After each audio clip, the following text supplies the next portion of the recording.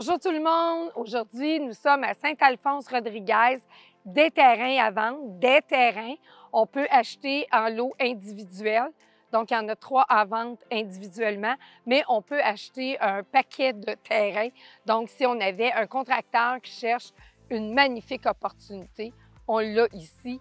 Comme vous pouvez voir, la rue est déjà toute faite, donc on a investi beaucoup sur la rue. C'est prêt à construire, délimité.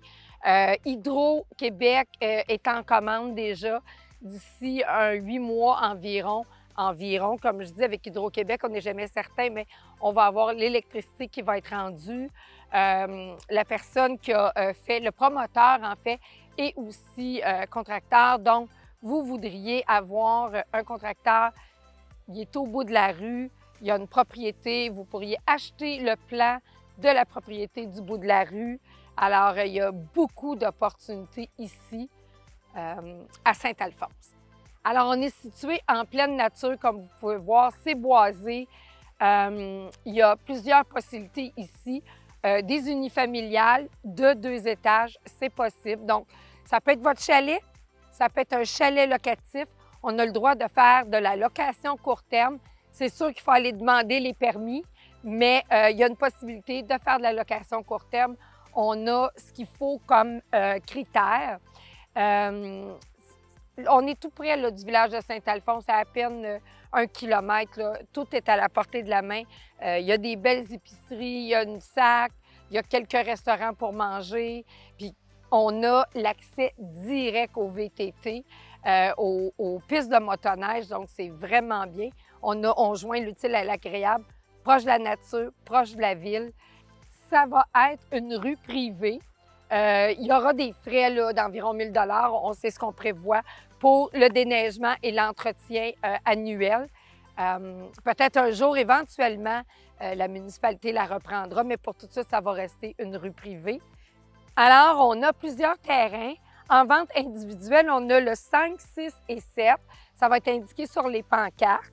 Par contre, on a quand même une flexibilité de peut-être interchanger les terrains.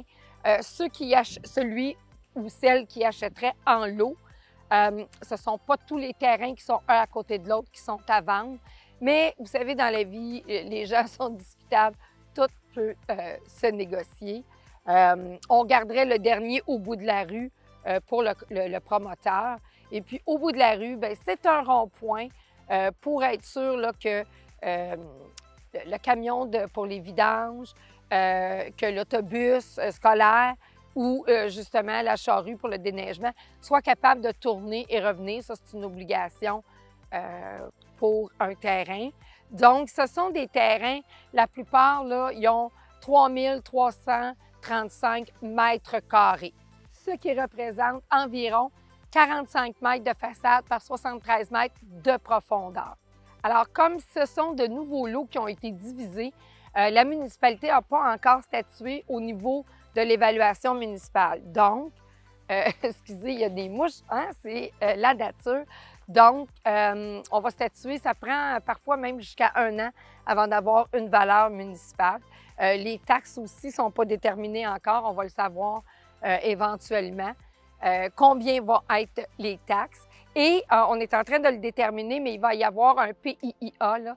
C'est comme un peu un plan d'intégration pour pas qu'on aille... avant, on n'avait pas ça, il n'y avait pas d'harmonie. Là, il y aura une harmonie et on va obliger les gens à garder tant de boisés de chaque côté. Donc, chaque terrain va garder une profondeur de boisé, ce qui veut dire qu'on va éloigner le voisin, on ne verra pas le voisin.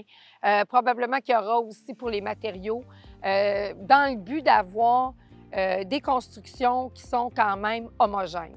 Donc, comme vous pouvez voir, au bout de la rue des Érables, il y a un chemin là, qui n'est pas carrossé et il y a une rue là, qui vient faire une jonction. C'est une transversale.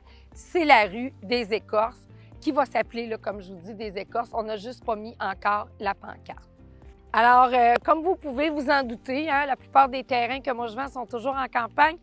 Ça prend une fosse septique, ça prend un puits, ça peut être un puits artésien, parce qu'il n'y a pas d'égout qui se rend jusqu'ici, c'est beaucoup trop loin de la municipalité. Donc, on a un sol, ce qu'on a vu, de ce qu'on a travaillé sur le sol, très sableux. Quelques roches, c'est sûr, là, oui, il y a du roc, mais c'est quand même assez sableux. Ça pourrait être l'idéal pour mettre des maisons sur une dalle de béton, hein, ce qu'on appelle une dalle radiée, ou quand même avec une fondation. Donc, comme vous pouvez voir, sur le côté de la rue, c'est quand même très sablonneux. Puis si on regarde, vous allez dire, mon Dieu, qu'est-ce que c'est? Ça ressemble à du paillis. C'est les arbres qu'on a coupés pour construire la rue, que c'est sûr qu'on les a défaits. Et puis, c'est sur les terrains. Ça peut s'étendre. Si vous faites creuser, celui qui va creuser, l'excavateur va s'occuper de le réétendre. Et puis, c'est du compost en fait, hein? Ça va juste enrichir le terrain. Pour cette rue ici, il n'y aura pas de frais d'association de prévu, donc des frais de moins. Et Saint-Alphonse-Rodriguez, moi, je trouve que c'est une ville qui est très, très bien située. On est tout près de Saint-Côme, tout près de Radune. Donc, ce que ça veut dire, c'est ces deux pentes de ski. Si vous avez des enfants, la pente de Radune, pas très haute, c'est l'idéal pour commencer du ski de jour. Par contre, Val-Saint-Côme, je pense que tout le monde connaît Val-Saint-Côme. Il y a le canot volant à Saint-Côme. Il y a une plage privée, il y a une plage publique, je m'excuse, dans Saint-Alphonse. Il y en a une à Radune, payante. Il y a les chutes aussi. Il y a des sentiers pédestres. Comme je vous ai dit, on part directement et on est dans les sentiers de VTT et de motoneige. Énormément d'activités. À Brasca, on a le paintball juste ici à Saint-Alphonse-Rodriguez. On peut faire du fat bike, on peut faire du ski de fond, on peut faire de la raquette. Vraiment, là, j'oubliais. Le golfe de Saint-Jean-de-Mata, pas si loin que ça, c'est un merveilleux golfe, très, très beau, réputé. Alors, il y a aussi les glissades sur tube à Saint-Jean-de-Mata, toutes des activités super intéressantes, donc vous ne pourrez jamais vous ennuyer. Si vous faites de la location court terme, bien, c'est idéal pour la location court terme. On n'est pas tellement loin de Joliette, environ une trentaine de minutes, donc s'il pleut, on peut aller au cinéma. Joliette, c'est une ville quand même avec plein de restaurants, donc c'est extrêmement bien situé. Pour ceux qui aimeraient considérer d'acheter le lot au complet, c'est 7 terrains. Ça représente là, environ 372 000 pieds carrés et c'est sûr que ça inclut la rue ici parce que, comme je vous disais, c'est une rue privée. Au bout de la rue, c'est la montagne. Il y a une magnifique vue en surplomb. Donc, comme je vous ai dit, magnifique terrain. Pour la construction de la propriété, on a un minimum de 7,4 mètres de profondeur et de façade qu'on doit construire. Et on a un maximum de hauteur de 9,14 mètres pour la construction, donc c'est un 2 étages. On ne peut pas faire des bigénérations, on ne peut pas faire deux. C'est vraiment des unifamiliales qui sont dans le zonage ici, sur les terrains. Donc, en conclusion, ce qu'on pourrait ajouter ici, les terrains, il n'y aura pas de test de sol, il n'y aura pas de certificat de localisation. Les tests de sol seront à vos frais, bien sûr, si on veut mettre une fosse septique. Ça prend des tests de sol, ça sera à votre frais. Les tests aussi pour la portance à vos frais.